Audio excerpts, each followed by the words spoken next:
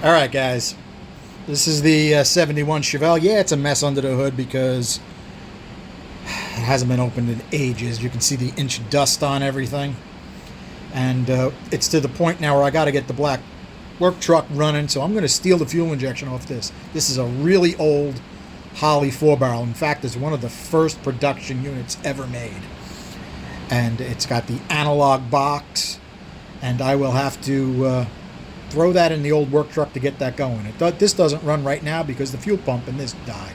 But the fuel pump in the old work truck is good. It's a 4-barrel Holley as well.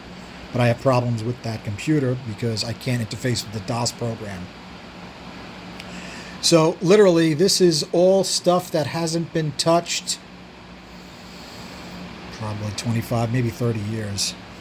But it is kind of interesting. After I pulled off the throttle body, what we see on some really old Charlie work. Now this is an L79 intake. That's a Corvette 327, 350 horse intake manifold, because I wanted it to look like an L79 under the hood. It's got the right fuelie heads, and I wanted this intake. I was really obsessed with the L79s for a long time. Take a look at that divider. It looks familiar, right? Gives you an idea how long ago I've been doing this. But notice the bottom of the plenum floor hasn't been touched. The completely square runners are still square, even on the inside. I thought about filling them, but I didn't.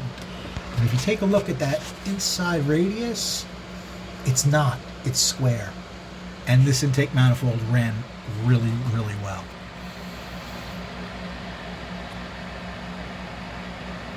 The other thing I did is I actually spun it over. This engine hasn't turned over, and since it's been parked here, which is probably 7 years, maybe 8 years. Really tight valve springs. All right, guys, that's just a short for now.